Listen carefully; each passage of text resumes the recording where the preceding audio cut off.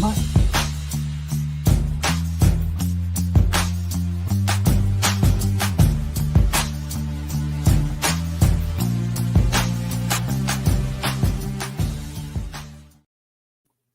And we're back here once again with another episode of the MSK show, and this is going to be episode 72. And in this episode of the MSK show, I am going to be having a conversation with content creator Madness Comic Network, and the guy that runs it primarily is Mr. Pops Van Zant. He was on my Iron Man podcast a long time ago, but as you guys know, with comic books, there's always these things called retcons. You know, I had to kind of retcon it out. It's, well, to be fair, it's not like exactly retcon; it still exists. But let's just say this: unlike DC, I'm all in right now on this show, and we are at 72 episodes now, so that's pretty damn good. Might go down that journey again of interviewing a bunch of indie creators again. Good Lord, I was so crazy with building up that last podcast. I think I did five one-on-ones in a day, you know, weekly. I was insane. I've not did that recently for this show, but whenever I want to build up the episodes, I'll do that again. But we're close to 100, and I did a 10th of the work, actually. So, you know, I think the lesson in life is slowly, that's not a word. Slowly but steady wins the race. Something like that. As you get older, you forget all these things anyways. But what's going on, man? How are you doing? Well, the first thing that they told me, hold on, let me add my audience to this. You're all right with that, right? Put this on the madness. All right. Cool. The first thing everybody else told me was consistency is key. If you stop, even for a couple weeks, people gonna find something else to look at.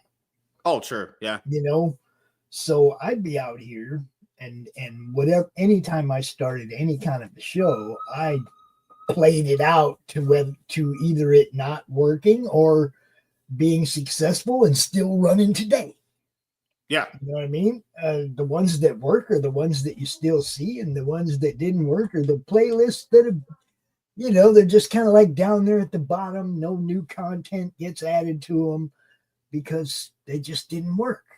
You know, some ideas work really good. Other ones, man, not so much. You know? Yeah. We added a bunch of new shows to the network. And that's I've seen that. Yeah. You know, because like I said, you got to look. Everybody does interviews with creators, right? Yeah. Everybody. Who's interviewing the character? That's true. Yeah. I am. I have a show now where I interview your comic book character, not you. We're not talking about your book and your process and your fulfillment and none of that. I'm talking to your character, and I'm asking him who he is, where he lives, what his life's about. Oh, you got power? What the fuck you mean you got powers? You see what I mean? I'm interviewing the character itself, which is amazingly fun. It's way more fun than I thought it could be. You know what I mean? And then we have another show where we have a couple of characters that we created in an RPG game that now interview people. I don't know if you've seen Killer Karen or not, but that's Laurie Needlemeyer's alter ego and my alter ego from the Slaughterville game. And they now interview characters, right? Yeah.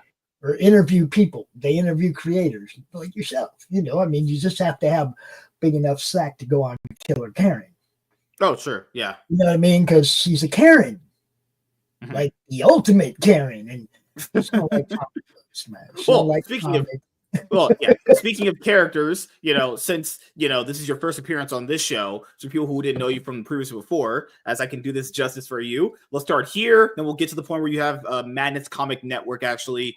Man. How was your life growing up, actually? I don't think I even asked you that before. I think, because you didn't grow up in Texas. You grew up in Texas. I was born in Minneapolis, and my childhood went back and forth between Minneapolis and Phoenix. Okay. Phoenix, Arizona. Going back and forth. My parents couldn't decide where they wanted to live. Oh, okay. Yeah. You know, they'd buy a house, they'd live in it for 5 years, they'd pack up and then move. Buy another house, you know, it's like, can we just hang out some more? I'm not gonna lie though. To be fair, that sounds like a really good idea now, because if you bought property back then and sold it, if they had kept all those houses, they'd be filthy, stinking rich at this point. Yeah, man, they'd have a nice house in Phoenix, 2 nice houses in Minneapolis. Well, 3 nice houses in Phoenix and 2 nice houses in Minneapolis. Yeah. I mean, but I mean, they moved back and forth. So I didn't, and it wasn't never back to the same neighborhood. Mm-hmm. So we moved from Minneapolis to Phoenix, and then back to Minneapolis, not to the same neighborhood, then back to Phoenix, not to the same neighborhood. You know what I mean? So it was like totally meeting new people, always new friends, and some of them still friends of mine to this day, from my childhood. I got quite a few friends from Minneapolis and Phoenix that I went to school with, grade school, and and they still watch my crazy ass do stuff like this. So after that, what about, you remember high school still at this point? Because you're like 70 at this point, so high school is probably a distant memory. 70, get the fuck out of here. I went to Washburn Junior High, which was just a 9th grade school in Minneapolis, and then moved to Phoenix and went to Maryvale High School in Phoenix just for a little while. And then I was like, hey, it sucks. I'm going to the Navy. And when I was 17, I went to the Navy. So, you actually were in the Army, essentially. No, Navy. Navy. Oh, I forgot. With Army people, you have to always make sure the distinctions there between being the Marines, the military, and the Navy. So my mom was a Marine. My dad was a sailor. My son is a soldier. I was a sailor too. Okay. You still look back on that? Do you still look back on that with fondness, actually, about serving? No, I got treated like shit. I did not get what I signed up for, so I basically didn't hang around long. Honorable discharge you got? My general under honorable, because I was fighting their contract, which they didn't follow. Yeah. Well, if you stand up to them, they don't like that. Oh, of course not.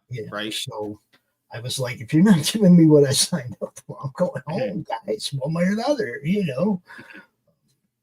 That's all. I mean, I wish they'd have done me right, because I wanted to do what I signed up for. Yeah. I wanted to do that.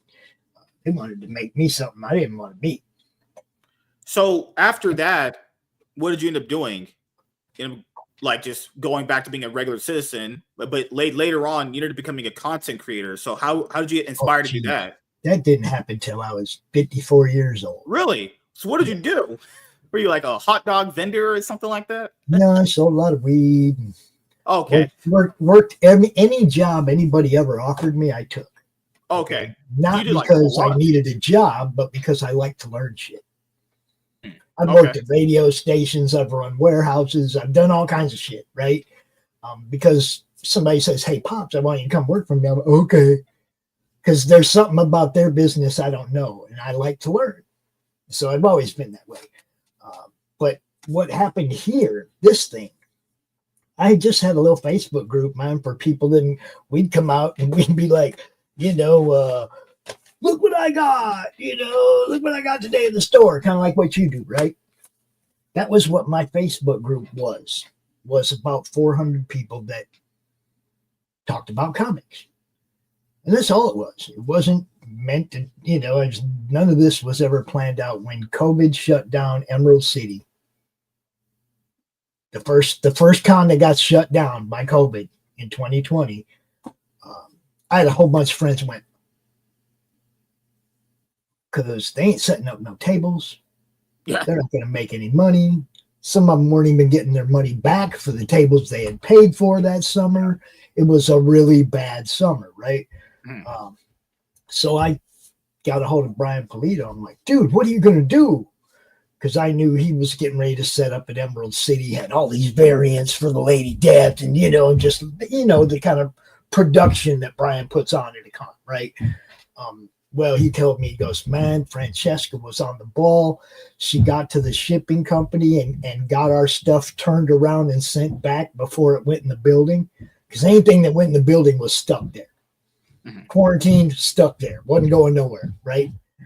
So he got lucky, had all this stuff shipped back to Phoenix, and he's like, so we're just going to have a big sale this weekend online.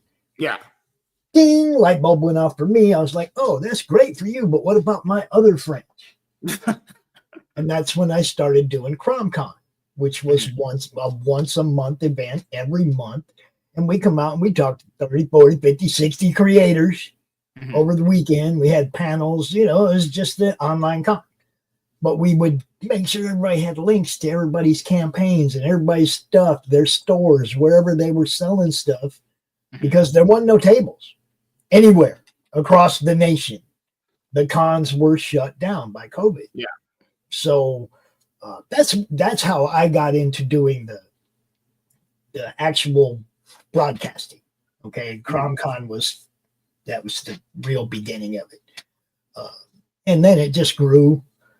There would be people that couldn't get a seat in CromCon. It would book out, right? And I'd always get 3, 4, 5 people going, man, I was trying to get a spot, man. So I started doing Monday Madness 4 years ago. Yeah. Monday Madness is still a show that we do every week. Yeah. See what I'm saying? It shows 4-year anniversary you did earlier this year, I remember. It was actually, we're looking at our 5th year anniversary. We just passed the Madness Facebook group, just passed its 5th year anniversary, and CromCon in April will be the beginning of the YouTube channel will be our 5th year. Damn, that's crazy at this point. Yeah. I remember COVID shut everything down, and it was so crazy looking back on it now because it felt like it went by so fast. But if you weren't ever living in that moment, you felt like it wasn't going to end anytime soon. Well, I mean, I'm sure it depended where you lived. We lived in Michigan where Shitmer shut everything down. I mean, we couldn't go play golf in the open air. Really? Yeah, dude, she shut down the golf courses and everything. We had it about as bad, honestly. Dude, like, there's like places in town that are usually pretty packed. Like when people get off work, like 5 your time will be like 8 my time. Sometimes it flipped out a little bit. Roads were just dead. Roads were literally had like maybe one car passing through. People were literally just shut in because of that. Yeah. It was crazy, man. It was. Do you think lights ever recovered from that? At least living here. Do you think it ever went back? It never felt the same when everything came back. It felt like it just kind of feels like people just going through the motions. Because you're like movie theaters. I've been in the movie theaters. My movie theater here used to be really packed for like the weekend. I haven't been in one. Dead. I haven't been in one in quite a while, man. Look, well, first they got to give us a movie worth going and paying to see. That'd be a good start. That'd be a great start. Let's be real, right?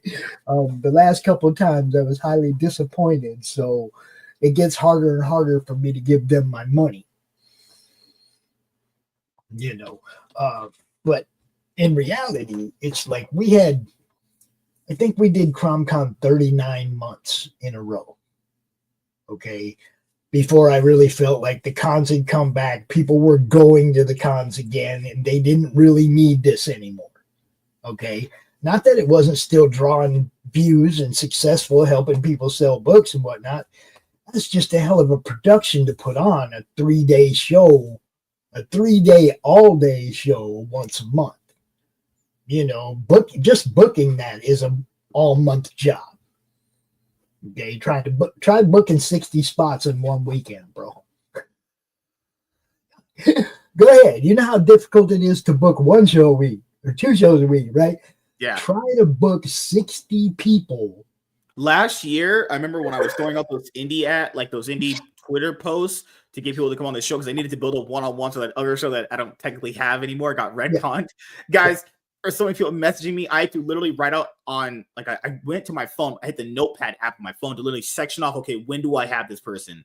There's so many people. I tell people that don't do this. Like, when you try to set up a one-on-one to have some consistent one-on-ones, it's not just that it's even hard. It's time zones. You have to make sure that person comes on. Then you have to also make sure you link up before that day to know, hey, are you going to come on? Then after that, when the person comes on, you got to wonder, like, hey, does your microphone work very good?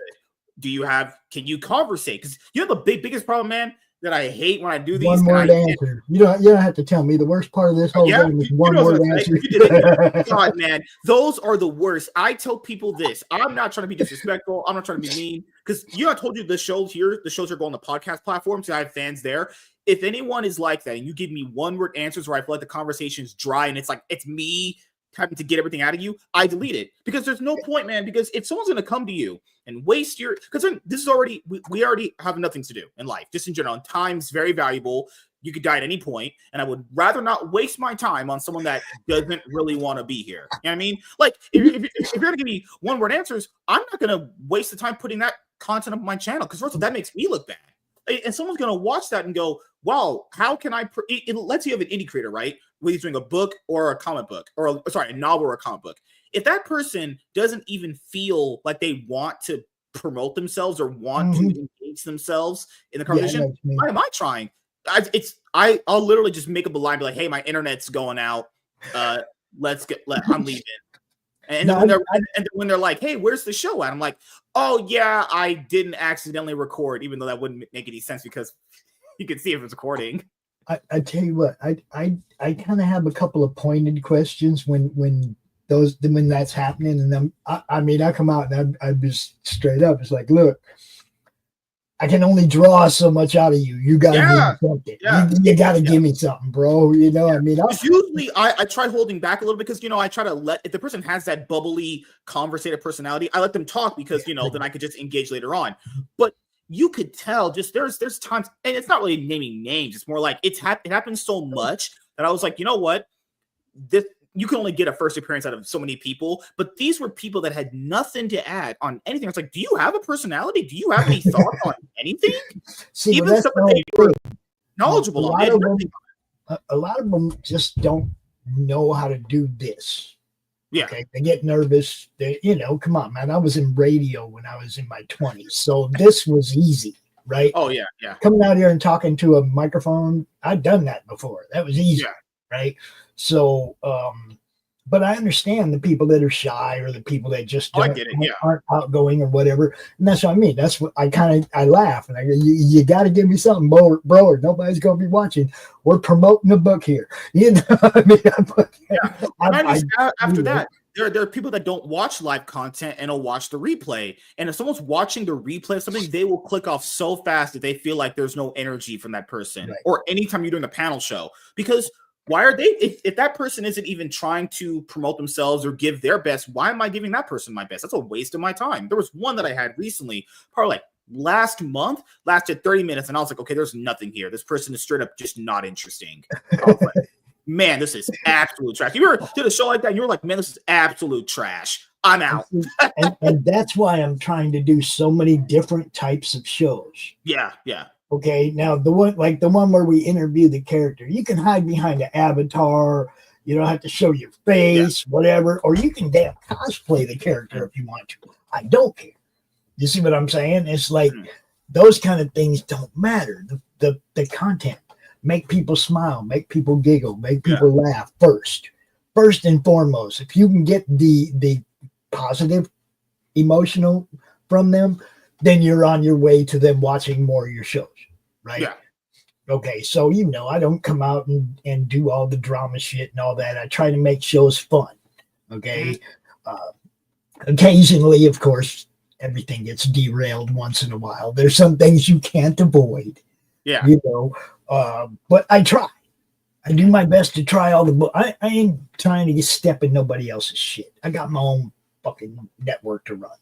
You know what I mean? So try to stay out of all that dumb shit anymore. I'm not gonna say I didn't used to engage regularly, but because every day it's like not even just the same thing. Something happens every single day. Now I'm a demented, crazy person. I'll get into it. I don't care. But I know other people will just be like, you know what? It's too much because it's just at the end of the day, it's just gonna be who people are gonna be. People are gonna say they don't like drama, but then that's the only content they watch. And then go like, well, why doesn't someone else not do that? But they don't watch the people that aren't doing it because it's. I learned this with people do in life. Yeah, I'm pretty sure you know this too, from being a bit older. People are always going to say what sounds nice, but their actual actions are never going to do it. And then you point that out. They're like, I don't do that. You don't. Oh, sure. Yeah. It's funny because I will go tune in every now and then and watch to see what's going on, right? To see what's going on in one of these streams I used to watch, just to see what they're up to now. And 4 or 5 minutes in, and I'm like, yeah, I'll just say something cute in the chat like, this ain't selling no comics, I'm out. Because that's all I care about is trying to help promote people and help them sell comics. That's my game. Everybody wants to argue. Hell, they draw me into the argument. I say what I got to say, and then I leave it behind.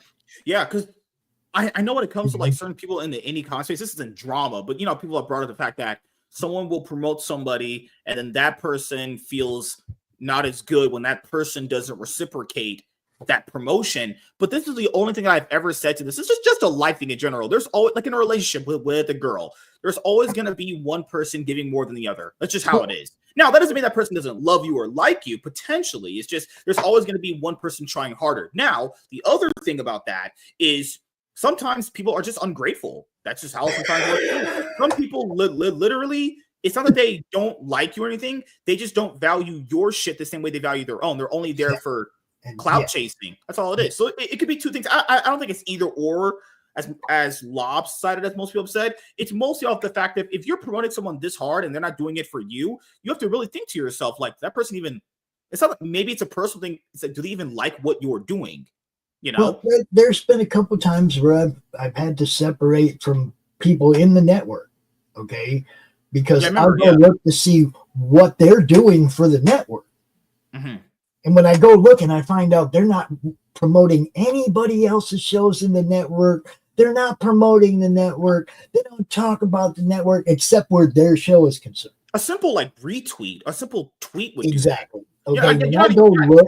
It's not asking anything hard. You act like you're asking them to like not send a nuke somewhere or something. It's like when I go look and I see that somebody in our network is not helping promote other people in our network, then I look at them kind of funny and go, "Yo, man, what's up? Are you here for to help everybody, or are you here for yourself?"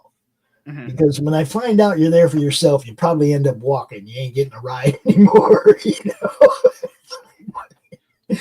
I'm willing to carry everybody on this train, man. But if you ain't willing to push somebody a little bit, you gotta make it. All aboard the Madness Comic Hype Train. Just get a train and put everyone's faces on memes on people and just get the train going.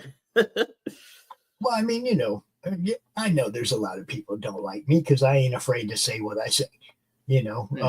I'm a constitutionalist and I believe in free speech, and I don't care if you say what you're saying. I'm not trying to take away your power to speak your mind. Yeah. Don't do that to me. And you see it. You see people that just won't promote anything you're doing or anybody that you're associated with. And it's like, that's just weak. It doesn't help the nation at all. I always just, because I never promoted that much on social media as far as like my videos or, back in that old channel that got taken down. I just did videos and just hope they did good based off of just, I hope they did good. Because I didn't come from that background. For people like sharing, I was like, man, people care and retweet and share. I was like, that's a different story for me. I never come from that. So when I usually put out videos now, I'll share them now. But then people will ask you like, well, why aren't you marketing? Maybe it's because you're not marketing. It's like everyone markets, everyone does. It's just so much competition. I share and I retweet as much stuff as I can, but guys, I'm only just one person, and there's so many other people doing it to the point where it's like, what makes me stand out separate from you, or you and me? See, that's why it's my reach, then your reach, then the next guy's reach, and the next guy's reach. You see what I'm saying? Yeah, 5 retweets so long too. My reach is only so long. If nobody's sharing out what I'm doing, it's only going to go as far as my groups, my social media, my YouTube channel, right? And that's it. Okay. That's the whole point of having a network, and networking is so that the reach gets longer. You know what I mean? If you network, like you're saying, then you're able to get connections with people and talk to them. And, as a content creator, most people like to think you could just do everything by yourself. I can't. I told people I can't have a show like this because I'm not interesting enough to have a show like this. I need a panel show.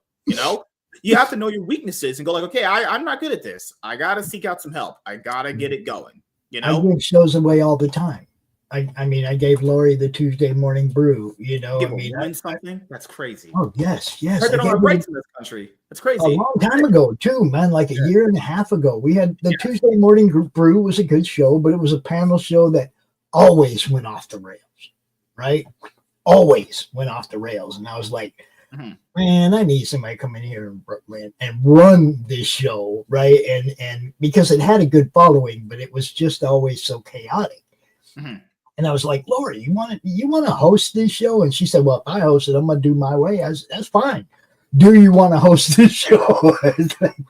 you know, and I gave her the show, man. And she's done 120 episodes now or so. You know, I mean, she's done a lot of episodes of the Tuesday Morning Brew, and I wouldn't change that for the world. She took that show and gave it her personality, and it's awesome.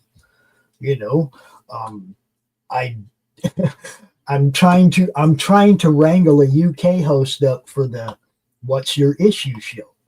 I don't know if you know Rob Price or not. The Big Package, Rob Price. Yeah, I'm She's familiar. I'm trying to bring him in as a co-host or Okay. alternate host for the What's Your Issue show. I'm always trying to look for people that I think would fit a show to give it to them. The Madness Open Draw Stream. I'm not an artist. I'm the last person that should be hosting that show.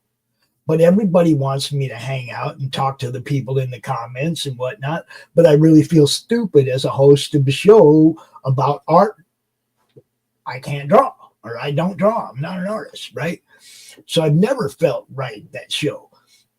What's up, Edwin? Gray Wolf. See people popping up in the chat over there. Yeah. But, And another thing that I've seen that you do is you're basically you went with this idea. Why create content myself and I can just have other people bring it to me? That's not a bad idea though, because that was the networking part. That's how you grow. Okay, yeah, I still got my own content that I create and give to people. That's what I'm talking about. You know, I mean, I come up with fresh ideas for shows, but then at some point, that show is going to be hosted by somebody else if it's successful, because I don't got time to do too many damn shows. Right? If you were like Deadpool and you could make multiple versions of yourself, just imagine that. Oh shit! Like I know you have the Silver Line comics show on your channel. Actually, three. Yeah, I would love to talk to some of those guys about comic books. That seems amazing. I can't never get in contact with them. I don't know what their contact info is, but if you could put me in contact with them, I would love that. You know, as you know, I talk about comics here. I actually have a comic channel myself. You know, I just put out a video today on it. Man, comic books, as you guys can see, I love this stuff, man. I can't describe how much I love comics. It's so fun. I fucking love it, man. Like just buying a comic, whether it's indie, whether it's from the mainstream, whether I get my pull list every week. I love it. Just opening a comic book, reading it. You know, you open it from the packaging, you smell the fresh comic book smell. I want to stop doing that. I'm going to become a crackhead, smelling fresh comic book smell. Oh my God. I like to consider, hi, Kitty, Flip City Magazine. What's up, Christy? I like to consider everybody in Silver Line friends, but the only one I really interact with is Roland. Mm-hmm. You know, I mean, he's the one that runs Silver Line, and those shows are all Silver Line shows. Mm-hmm. And we just simulcast it. You see what I'm saying? Roland wanted to be part of the network. He was like the first guy that came forward and went, yeah, Pops, I want to go to Roku. I want to be part of this network, and brought all three of his shows to the channel. And that was, I mean, the whole thing with YouTube is it was a beta test. Can I get enough content to make going to Roku worthwhile? Are we going to put enough content up over there that the ad revenue is going to fucking make us all a little bit of money, as opposed to YouTube, which doesn't make shit? You know, I mean, if you don't have people throwing super chats at you, you ain't making money on YouTube. Yeah. No, because remember, I told you, even when I had my bigger channel, even I had videos that did like on average 300, 400 views. Dude, I only made like $180 a month on average. So like 150 to 180 bucks a month on average. But that was me. I had to upload every single day for that. If I missed an upload, I told you that story, I got $99.99. You said you can't get paid out. Let's slide you $100. Yep. You know? Yep. And that's the other thing, the pay threshold, all that dumb shit. Going to Roku eliminates, like, for you, you don't have a subscriber threshold, you don't have a watch hour threshold. The first time your show airs and an ad plays, you're getting fucking half that revenue on day one. There is no, when we go to Roku, there ain't no bullshit. There ain't no, we're just going to give everybody what they deserve. Everybody's going to get their fair share for their content. And we're the ones that provide the maintenance and the upload and all the, code written for the Roku and everything, the servers to store it all on. That's why we get half of that ad revenue, because we're paying for all the shit, but basically everybody that is part of the network is completely on board. We have a few people that want to join in, but timing, like when their show runs, they're not part of the network right now because they don't want to step on somebody else's time slot. They're just waiting till we go to Roku, because then it's everybody's stuff gets uploaded whenever they send it to. Yeah. So if people don't remember, you wanted to basically not like stop doing YouTube, obviously, but you wanted to bring all the shows you have, all that content, and then upload all that content to Roku to have it being looped on Roku with ads, obviously. Playlists, just on demand, just like Netflix, where somebody can go watch they can binge watch every show you did. Yeah. So what's the status update on that? Is that ever still going to be a thing, or did you just kind of halt on that? You get some more revenue for that. What happened is I went to do some things that I couldn't do with my own financial situation. I couldn't provide certain paperwork to get certain legalities. Yeah, happens. I don't have tax returns and shit. Grandpa daycare hasn't paid a wage for 10 years. You know what I mean? That's not something I have a tax return in it. So when I went to do the banking thing, kind of guy. Yeah, well, when you go to do get an LLC, they ask you for things, right? You got to have this, you got to have this. Some of the shit I ain't got. So I had to find a business partner. And through some really decent luck, I met somebody who is now my chief financial officer. The Madness Entertainment Group is now a legitimate company. It's an LLC. We actually have the Meg TV website in construction right now, and you can go there and check it out, and you can see the progress being made on the website, which will have everybody involved in the network's links to their everything. Okay, it'll have all their socials, their stores, campaigns, whatever they got going on, they will be represented. Same with sponsors, will be represented on the website. The Meg.TV, bro. It's legit. It's real now. The Madness Entertainment Group. Okay, that's what it is. And that opened all the doors. Okay, at the same time all the doors open, I'm going through surgery and all this other dumb shit. So, getting done what we can get done. Right now we're working on the website. That's the main focus right now. The website, so you could just basically have everyone's content structured where you can just go there and binge it. That's a good idea too. Yeah, a website definitely has a lot of reach too. And you can also play ads on there too, because you have everyone abide by the rules of Google, because that's what we have to do. But that's the whole other reason to go into Roku. Yeah. I want to be up there. I want to be up there next to YouTube, not on YouTube. Yeah. You see what I'm saying? You know what I mean? I want our logo to be right there on that Roku thing menu, right next to YouTube. Yeah. And yeah, our stuff is on YouTube, but look, it don't have to be. It don't. Have to, Have you ever contemplated putting the content you have on like Spotify or any audio platforms like that? Well, everything we do is a visual medium. Oh no, they allow video on Spotify now. Yeah, I mean, I'm on Pilled, I'm on Rumble, I'm on YouTube, I'm on Twitch, I'm on Twitter, I'm on Facebook, and Facebook's about to get kicked to the curb. They keep fucking with me. They're pissing me off. I'm surprised you streamed on Facebook. Yeah, I never streamed on Facebook. That sounds like trash. Once I get to Roku, all those platforms are going to get as shorts. Yeah. And reels. They're not going to get shows. See what I'm saying? Because they don't pay. Fucking Whoa. Now, maybe if YouTube gets huge and they start paying me then maybe we'll go back to giving them content. But once the Roku is up for me, now that's not saying everybody else's YouTube channels won't still be intact. Yeah. The Madness Facebook group, the Madness YouTube channel, the Madness Twitter, the Madness everything. All you're going to see for us is shorts that direct you to Roku. Mm-hmm. If you want to see what happened the rest of this show, go watch on Roku. That's my job, is to direct traffic to the Roku channel so my friends can make some money. Yeah. You see, so I won't be giving YouTube my content anymore. Monday Madness, the shows that I do, those will be exclusively on Roku. Mm-hmm. Because on Rumble, people don't point anything out bad about it because they're all built in this idea of like, fuck YouTube and Rumble's the future. But if you were a semi-decently big content creator, I'm talking like huge. I'm talking like maybe you had like the same size of audience that we do in terms of like subs or anything. If you were just exclusive on Rumble for a little bit, because I was just for a little bit, half the audience doesn't even watch over there nor care.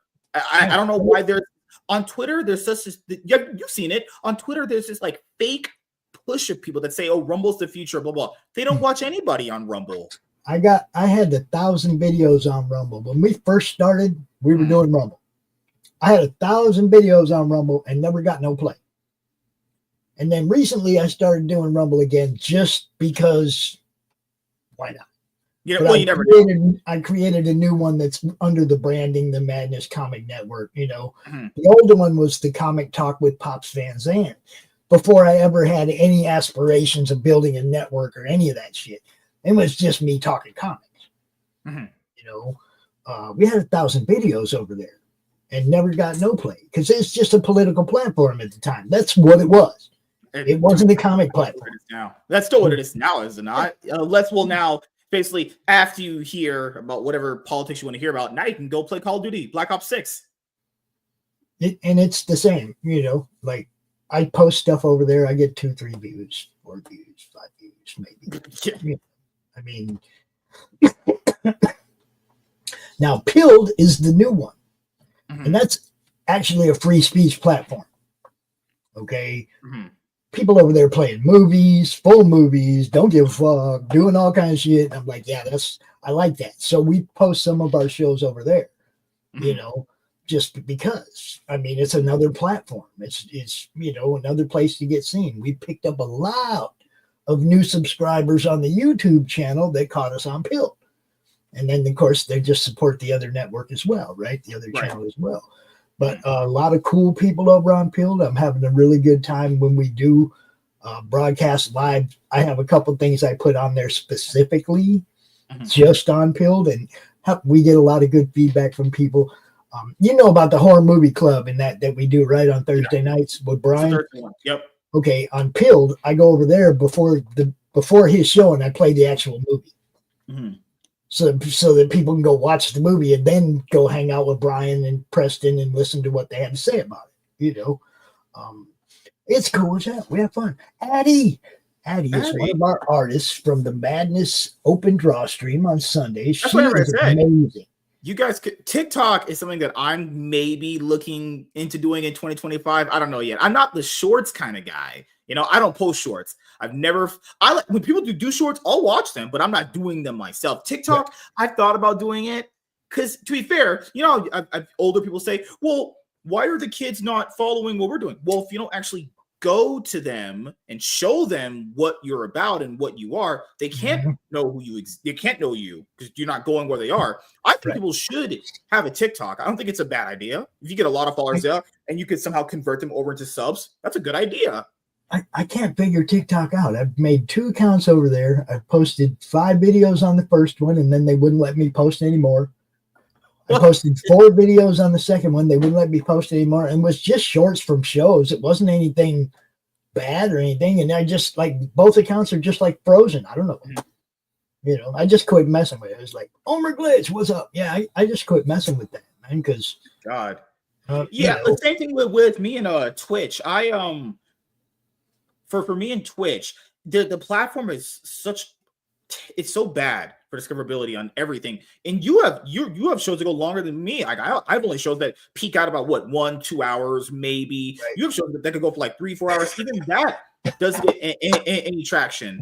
You know, it could be. Like, I could be too base for TikTok, but they were like shorts from our shows. It's not always me. It's not politics either. The only reason I do shorts at all is because StreamYard has a little feature in the backstage where you can they create them for you. Yeah, I wouldn't be doing it if. Yeah. No, yeah, I'm not. I don't have time. Right? Yeah, the thing is, I can't talk for 60 seconds and put all of my thoughts into one thing for it to convey like I wanted to. I have to be able to voice my thoughts out in a longer form. I just can't do 60 seconds. That's so trash. If someone else do it for me, create the content for me, go ahead. I'm not paying you because I'm broke and I'm black. It's funny because sometimes I'll be in a hurry and I'll just grab a few of them shorts and schedule them for the next day on YouTube, right? Without listening to them. And the AI ain't the best at creating shorts. I'm just saying. Sometimes they cut off in mid-sentence or they start in mid-sentence, So if you're using the StreamYard AI, it's best to listen to them before you air them and make sure they make full sense. You know? I did that before when I was first clipping out content. You do a podcast and you clip out stuff to upload as regular videos. I forgot that if you clip out stuff, you have to make sure that the ending and the beginning are in sync. I would just clip out stuff and throw it up, and it's all synced out of whack. There's like a random part we're talking about. Yeah, it's not even in the video. Holy crap. Cosmic, what's up, man? No, like Cosmic right there, that's my dude. That's our chief financial officer. That's my dude right there. I agree on Twitch. And as you know, Twitch is going through the whole adpocalypse thing. It's just, for Twitch, I just didn't feel like what I'm putting there is mattering or worth anything. Like literally I could just go on X right now as we're doing, promote the show. This show has not just viewers. People are going to watch it consistently. I just after it's broadcasted, and they would actually know it's here. Twitch has such horrible alerts. Twitch has terrible ways of discoverability. The only thing I'm ever putting on Twitch is just straight up gameplay. If I ever get back and do that, that's what I did too. I quit putting all the interviews and talks over there. If it's not gaming, I'm not going to waste my time over there. Yeah, unless it's literally a gaming playthrough, like you said, it doesn't matter. Unless you're just going outside and bending over and butt fucking horses and maybe learning the gym. But there is sometimes a few. I mean, I've only got like 40 followers on Twitch, but there are times when the Sunday draw stream gets good views there. Okay, but that's it's like it's very choice stuff. I put everything over there, and there ain't much people look at. It's just like Rumble. I was putting everything over there, and there was only certain things people would look at. So you trim it down, right? Because, like you said at the beginning of this show, time is the most important thing. Mm-hmm. Okay, we only have a limited amount of time. You don't get no extras. There's no ding, ding, ding, extra play. You don't get none of that shit, right? Your time is the most valuable thing in your life. Yeah. Once the day's over and these hours are gone, you never get that back. So that's why a few years ago, I was looking at like all the time I was wasted on. I was looking back a few years ago on all this time I was wasting on certain things. I was like, I got to clean up my time. My time has to be focused on this, and this. And if I have extra time, maybe I do something else. But a lot of people don't realize that, man. We don't got too much time left. And you got to make every single moment count. I'm not saying you're going to die like tomorrow, but just make it like this. Look at it like this. You're only immortal for a limited time, people. You might feel like you get to be here forever, but you don't. Okay. How valuable is your time? That's really what it comes down to. If you don't care about it, you don't care. That's cool. To me, having had 6 years taken away already, okay, I went to prison for weed, bro. That's taking time from somebody, okay? I went to prison for weed, not for shooting somebody or robbing somebody or, for weed. Time is valuable to me. It's really valuable. Yeah. It's so crazy how this will constantly evolve as far as like doing videos and stuff. And people gotta saying even just running a panel. It's not just one-on-ones are easier because it's just the two people. But with panel shows, you did them, because people generally you always have this conversation when you have a panel, and people will be like, well, what if that person can't speak about that topic? Oh well. Well, that's a good thing in life. Everyone needs to understand. Just sitting there listening can do a lot good for you. Learn something. Yeah, that's kind of the point. Something you can't talk about, you might learn something. Or you could simply Sometimes I do it. If I'm really, really bored, I'll just mute the entire time and just come back when they're done talking because, I'm not trying to ruin someone's flow when they're talking. I think it's just rude. Like, and you have to know in life, you can't talk about everything. I can't talk about everything. That's why you have people on, so it covers up like the whole dead air thing. That was a big thing people had. I was like, well, what if that person can't talk about that subject? How's that my problem? I'm sorry. What the fuck do I do about that? Go learn about it then. So we have the internet. And nobody says you have to come out to talk about something you don't know anything about. Yeah. I try not to argue with people about stuff I don't know anything about. I try, yeah. And the other night I was on a show and I said something about somebody else's theory. Yeah. About something. Mm-hmm. And the dude coming back at me with his credentials and where's mine? Mm-hmm. I was like, dude, I stated at the beginning that this is somebody else's theory that I'm talking about. Go ask them for their credentials. Mm-hmm. Come at me like an idiot because I'm voicing something into that's the other thing that happens in conversation too is that like people go, well, this whole credential bullshit. I mean, those things can have merit. I'm not saying they can't, but I tell you this, we're just having a conversation. I'm not saying I have credentials or experience. I'm just telling you my experience on what I might know. And it wasn't even my experience. It was somebody else's theory. And I said, this is dude's theory. I said, dude's name. Dude knew who that person was. He didn't go, you need to tell dude to come at me with his credentials. No, he came at me. Fucking crazy. Like it was my theory. And it was like those kind of people that try to antagonize you and draw you out when they know what they're doing is based on bullshit. Oh, yeah. You know what I mean? It's like, look, if he'd have said, hey, man, you need to tell that dude, I'd have been okay. But you know him, you can tell him yourself. Mm-hmm. Right? It ain't, why come at me like I'm saying this is my theory when I clearly stated somebody else's. That's because people, they don't listen. The average person is so beyond stupid. I don't think they listen to anything. They're locked in their own words. They hear the beginning few words, they hear the ending few words. That middle part, that's why context gets lost on everything. Because I mean, the dude's locked in. I get it. And he had legit credentials. And I'm not saying anything about that. But he was coming at me like I was challenging him. And I was just stating how somebody else had this theory about that time. Yeah. It's like I wasn't challenging him. I don't have a theory about that time.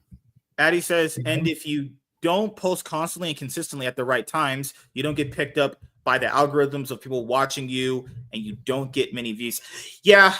At least I will say this for YouTube. Even if you post something that is like not in a timely manner, you will still get some views. Like you'll still have some traction if you have an audience there. On Twitch, that does not happen, and nor does it happen on Rumble. If you don't post on if you just didn't post at all for like months on end, you'd have like nobody watching. Well, the one thing that I've noticed lately on our network, the Monday Madness, the Tuesday Morning Brew, the Madness Open Draw Stream, the three shows that have had, the longest life are all getting pretty decent freaking views all of a sudden. Like, but they're ones that people know they can go watch. They're going to be there every week, every Sunday at 1 p.m. Eastern. That draw stream is going to go down. There's going to be 4, 5, 6, 8 artists there drawing cool shit. Mm-hmm. That's all. People know. Now we're getting 50 views, like live views. I'm like, whoa, there's a lot of people tuning into this for a minute, even if it's just for a minute. I don't care. There's a lot of people that are clicking that algorithm. The more people that click that algorithm, the more YouTube puts you out where people can see you on that bar thing on the side, on the top, and on the homepage. You got to click, you got to trip them algorithms, man, or nothing happens, Jim O'Reilly in the chat. There's an amazing artist. Don't tell him I said that. All right? Yeah. If you tell artists are the best ever, the egos are just out of this world. No, this dude, you can't draw, you can't pull. Getting him to say anything he does is awesome is like, or even good is like pulling teeth. Dude is Mr. Humble. He's like, oh, my shit sucks, but he's actually an amazing sculptor and artist and everything, right? I mean, everything. He's freaking. I'm doing it again, Jim. Sorry. What did you think about the recent? I'm pretty sure you watched this, the Mike Tyson Jake Paul fight. Did you bother watching it? Are you going to get me? Don't get me going on that. Do you think Mike Tyson choked? Or no, he just choked it up. I think he took the $20 million Jake gave him. Jake gave him to fight, and then went and bet the $20 million on Jake to win. Yeah, and made himself a nice little chunk of money. And because that wasn't the guy we saw in training videos, that was not the guy we saw. Yeah, they showed a video a couple days before the fight, and he was pulling against a bungee cord, coming forward with a bungee cord strapped to him. You know, I mean, pulling against the tension of a bungee cord. There ain't no way he couldn't move all of a sudden. No. That's like literally. Okay. That's why I thought the problem is that he ruined what could have been another big payday because him and Evander had been sparring and they had even been talking about fighting again. Nobody's going to pay to see it now. Oh, he damaged his brand doing that. I'm pretty sure he just. Well, he said on Twitter he's just gonna. That was the one last ride kind of thing. Yeah, except just a couple days ago, him and Ev were talking about maybe getting back in the ring together. Oh God, yeah. Right before the fight, man, all this shit, right? It's just like I said, dude. Wasn't the dude we saw in any of the training videos. None of them. He was moving around, punching very fast, sparring. Now, the only difference between that is the one little thing I've seen people say that makes sense is like the sparring person wasn't fighting back, but that's not what they're supposed to do. They're supposed to just be there to take the punches and see how hard you hit. But you just see the way he was moving. He was moving fast, consistent. His mind was there. I don't know if it was – I mean, he definitely had medical problems because the whole transfusion thing he talked about. He has the ulcer thing. But the thing is, from those videos, he looked like he was ready to go. And when you saw when he hit Jake Paul – look like it hurt him pretty hard. Like, what the damn? Yeah. The first two rounds, Mike came forward. Yeah. The first two rounds, Mike came forward, and Jake went backwards. And he went back into the side to get away from him. He didn't want to get hit. Didn't want to get hit. Now, Jim O'Reilly pointed something out, too, that there was no knee brace on Mike Tyson for 2 weeks before the fight, and suddenly during the fight, he was wearing a knee brace. And he wasn't moving. And he might have hurt himself pre-fight and just didn't say anything. You know, I mean, he's 58 years old. When you get to that point, your body starts breaking down. When you're at this age, if something hurts, it hurts. Okay. Really you can jump out of bed and fuck your back up and be sore for the next 3 days. Oh, yeah. Just getting out of bed at this age. I'm 61. I know. Okay. You know what everyone believed? Everyone went into this like an anime. They thought they were Goku and they were going to see Goku come back and fight and become a Super Saiyan and win. Like, guys, this is not an anime. He's 58 years old. Everyone wanted to believe in that story. Like, he's going to come back and beat up this new up-and-comer who just wants to fight senior citizens for some reason. Yeah, and you look at his whole record, and it's fucking Silva at 39 and all these – the one guy he fought that was his age was Tommy Fury, and he got his ass beat. That's Jake Paul. He knocks out old guys and ex-MMA fighters. And come on. I mean, if he's happy getting $20 million, I'm happy for him. I mean, $20 million is $20 million. He said he doesn't care about legacy. Like, that's what Mike Tyson said. But at his age, he shouldn't even have to do that kind of stuff for money. What happened to his finances back in the day when he was considered a rich guy? Where did he spend his money on? They parted him out, bro. Oh, yeah, you're right. I remember. Yeah. Good Lord, the problem is he didn't rebuild his brand correctly, or he would have never let this happen. Yeah. Okay? Because like I said, he ruined his brand going forward by whatever that was the other night. And that's what I'm going to say. Whatever that, I don't know if he just, okay, I'm going to take the money and run. I don't know if his knee was hurt. I don't know if when dude stepped on his toe that he didn't fuck his toe up. And that could be why he wasn't moving. You know, I mean, dude stepped on his toe the day before the fight. He's 58 years old. Step on an old guy's toe, it's gonna fucking hurt. Guys. Yeah, I think the whole spectacle of it, like leading up to it, like the hype and the narratives leading up to it, was actually more entertaining than the actual fight itself. Like when they actually got on the ring and then he drove Jake Paul pulled up in the car, Mike Tyson pulled up. I was like, okay, that's pretty hype now. That's the fight happened. I was like, oh, that's just that. Let me tell you what. Buffering issues, remember the Netflix constant buffering issues. We actually had a pretty good. We had a bunch of people watching in my backstage on StreamYard. Jim was there. A bunch of us watching together, you know, and But I'm gonna tell you what, them two women threw more punches than all 6 of them dudes combined. I think you never heard that. I've never heard this happening because I'm not the biggest like boxer. I don't really Them care too two much. chicks kicked Yeah. some ass, and Serrano got robbed. But when do you remember a boxing fight and happening with this many rounds where guys and girls will say the girls fought better? It's never happened. I've never heard that in my entire life. I've never heard the fact that girls did it better. That's those chicks whooped ass. Those chicks went out there, beat on each other, and threw more punches than all 6 of them other guys combined. That was what was crazy. Maybe the feminists wanted something, man. 700 and something punches, man. Dude, maybe the feminists wanted something. Maybe women can do it better. Well, they did it better that night. Ain't no doubt. I mean, Jim and I both was like, damn, them women put on better show than all 3 of them other fights combined. You know? Yeah. It was crazy. But except that, of course, Serrano got robbed because she won. You know, I mean, the punch count was almost double the other chick. And the other chick threw a lot of punches too.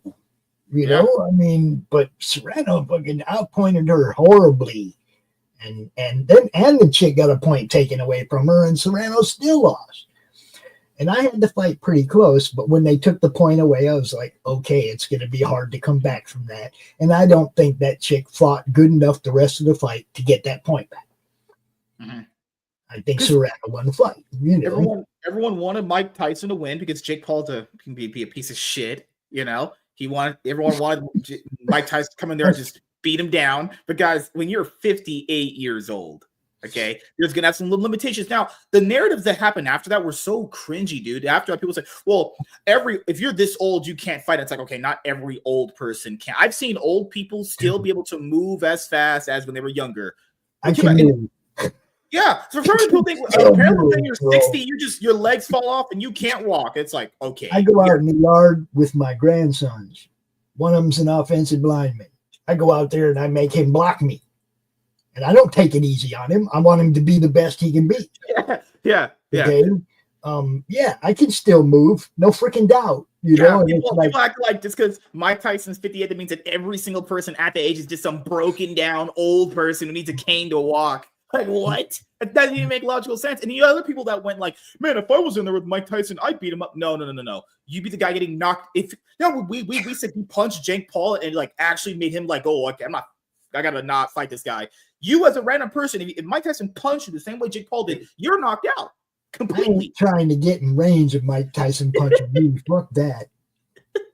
Average motherfucker, like, I can go fight Mike. This is not an anime, you fucking weirdo. You're not going in there and you're not transforming. It's not happening. Did you see the thing I posted on Twitter about if you were in a dark alley, Mike Tyson's at one end and Jake Paul's at the other end, and you got to fight past one of them to get out alive? Which one are you going towards? Pretty sure I'm going towards Jake Paul. Me too. And that tells you right there that even at 58, Mike Tyson is the more dangerous of the two. Mm-hmm. Plain and simple. Yeah, I can't, man, like, and that happens in sports and everything, the whole like analyzing it and you're not in the ring and everything. I understand that. But to think that you, the average person, could beat up Mike Tyson, you're insane. You're mentally deranged. Yeah. The way that he punched Jake Paul, I promise you, most people are folding to the ground. Most people are. And he didn't even get him good. I wish I was that strong. Holy crap. Jim said, we didn't see Tyson in that fight. I agree. His eyes said it all the minute he walked out. Yeah, it could have been choking. You know, sometimes the pressure, he had a lot of pressure going in that fight. He could have just mentally been checked out. It's possible. Well, I mean, if his knee or his toe were injured, he knew going in it was going to be rough. Yeah. And he knew his knee or toe was only going to last so long. He went at him the first 2 rounds, and then he stood there the rest of the time, right? You know what I mean? That's kind of what happened, you know. Terry says Jake Paul is an overrated YouTuber. Jake Paul had bigger gloves. Jake Paul allegedly earned $50K from it, and Tyson won $75K to lose. Allegedly. I wouldn't put it past that to happen. Dude, there was a lot more money involved in that. I'm pretty sure you meant 50 mil or 75 mil. No, these were in the millions of dollars, I would say. Tyson, I think, got 20 million. right? And I think Jake went ahead and loaned him that up front. He went and bet on Jake and made himself a quick 40 million and went home.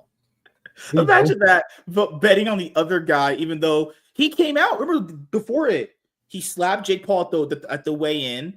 Yeah. And then he totally, I'm not going to lose. That's tomorrow. When Jake stepped on his toe. That's when he slapped him, when he stepped on Mike's toe. Mm-hmm. And that kind of shit hurts. Look, when you're old, somebody stomps on your toe, that shit hurts.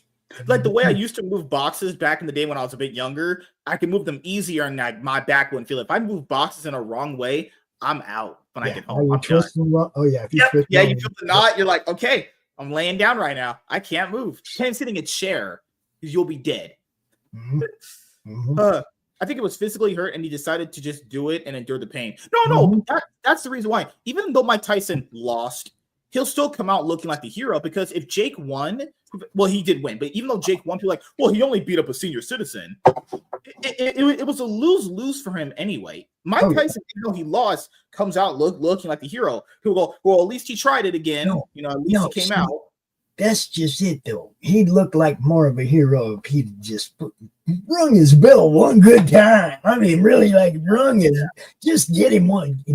Bull brush his ass into the corner, drop one of them big lunging left hooks on him, and then back up and see what Jake does. Jake probably wouldn't have gotten near him the rest of the fight. God, man, I hate life sometimes. It felt like we were building up to this, and it just failed so hard. The next person Jake Paul's gonna fight is like I Show Speed. It's that black kid that's really famous that looks like he just does crack. I'm like, that guy's not fighting. That guy been fooled. Jake Paul is like 8 times that guy's size. I Show Speed looks like he's a black kid from Ethiopia. I want to see him fight a top 5 contender. And now that he thinks he's all that, I want to see him fight a top 5 contender. Fight Mark Hamill. Go, Jake Paul. Fight Mark Hamill.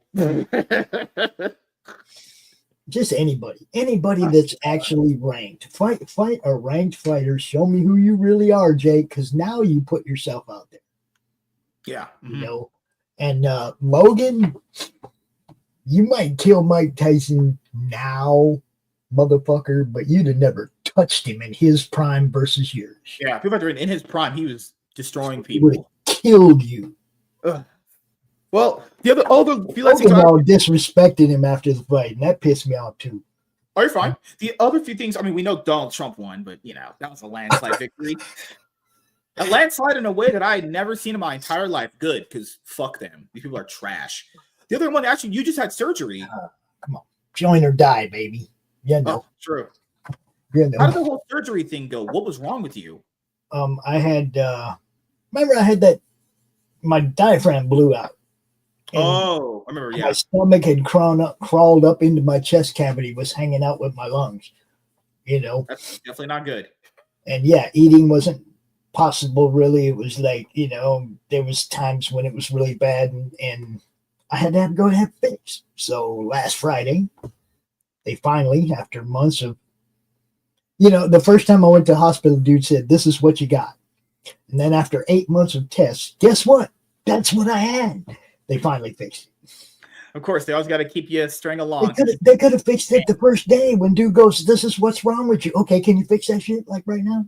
That's how life works. They string you along for money. That's just how they send it. All work like that. Big pharma and insurance companies. Problems they could fix right then and there, they don't, because fucking reasons. We got to milk them insurance companies for money, bro.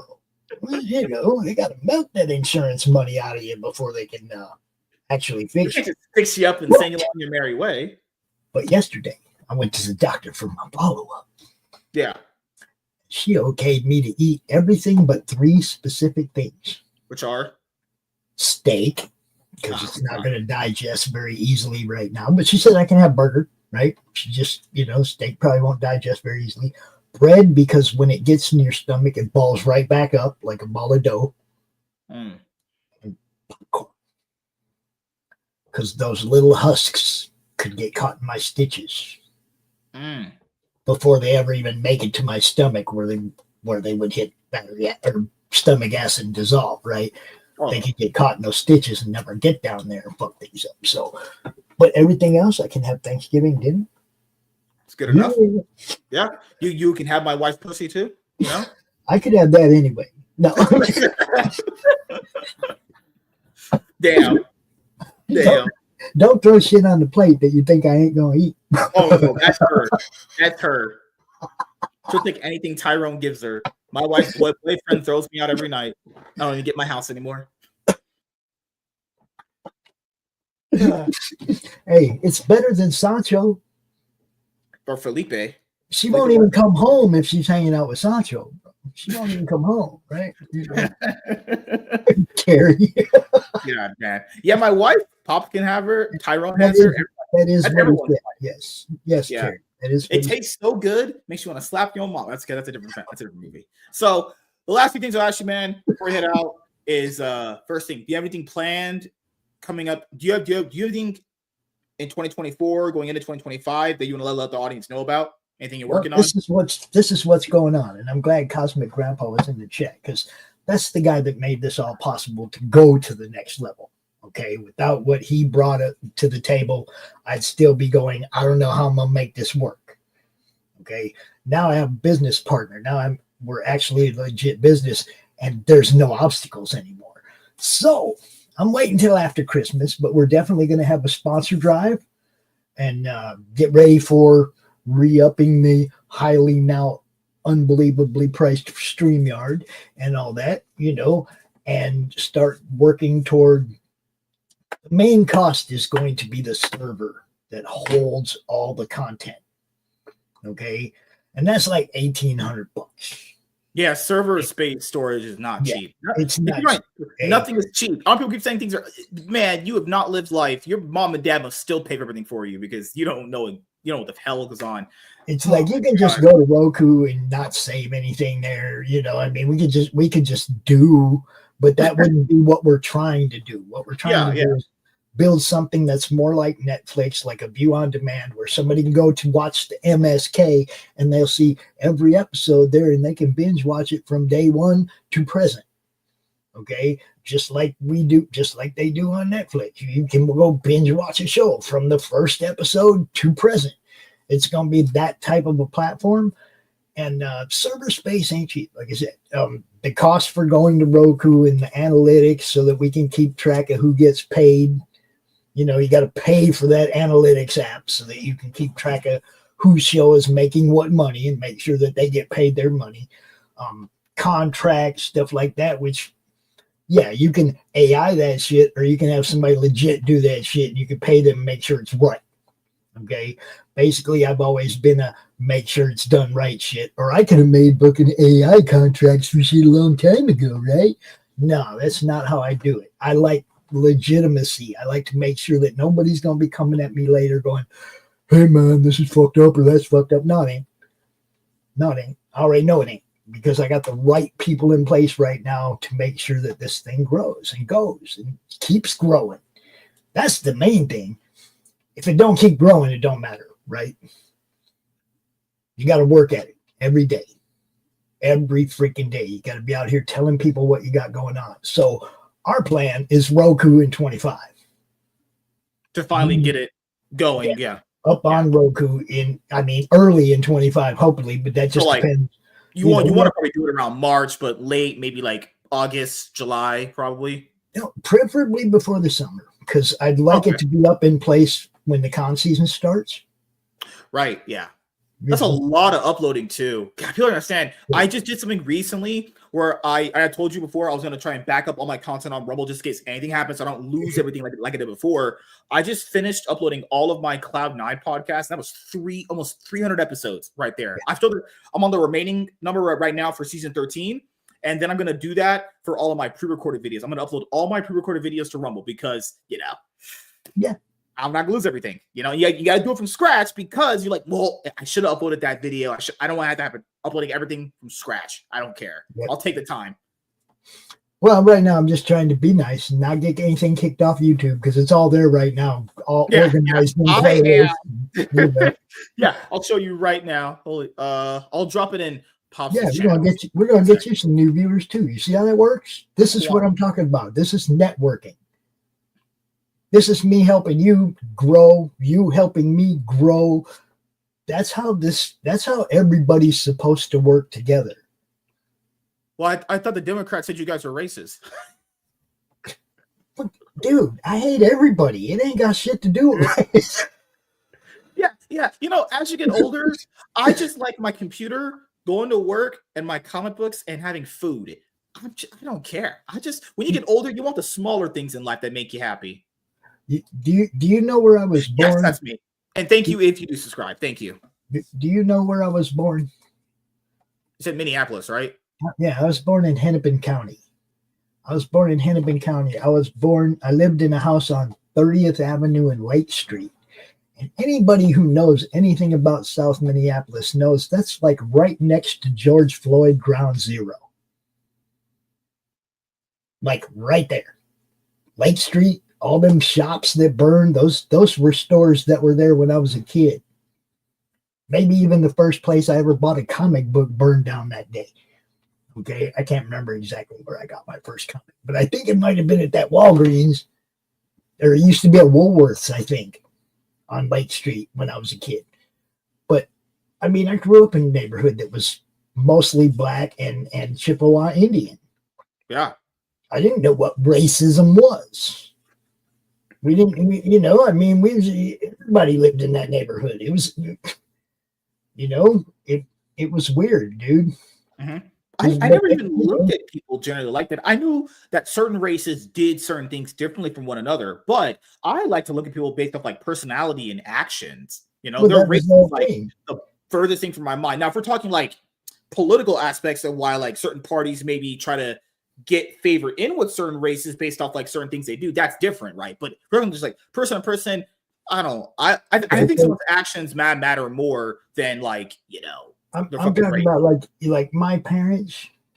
You know how your parents always said, "Hey, you need to stay away from that kid," or "You need to stay away from that kid," right? My parents didn't have a color attached to that. If it was a shitty kid, it was a shitty kid. It didn't matter if he was black, white, Indian, whatever, right? They were honest with me. That's a good kid. That's a bad kid. That's a good kid. That's a bad kid. And it didn't have anything to do with how they were wrapped. It had to do with how they interacted with my parents. Those were the ones that were respectful of my parents. My parents were like, yeah, that's a cool kid. Hang out with him. And you know what I mean? It didn't. The rest of it didn't matter. It was all about respecting the older generation. If you respected your friends' parents, your friends had no problem with you hanging out with them.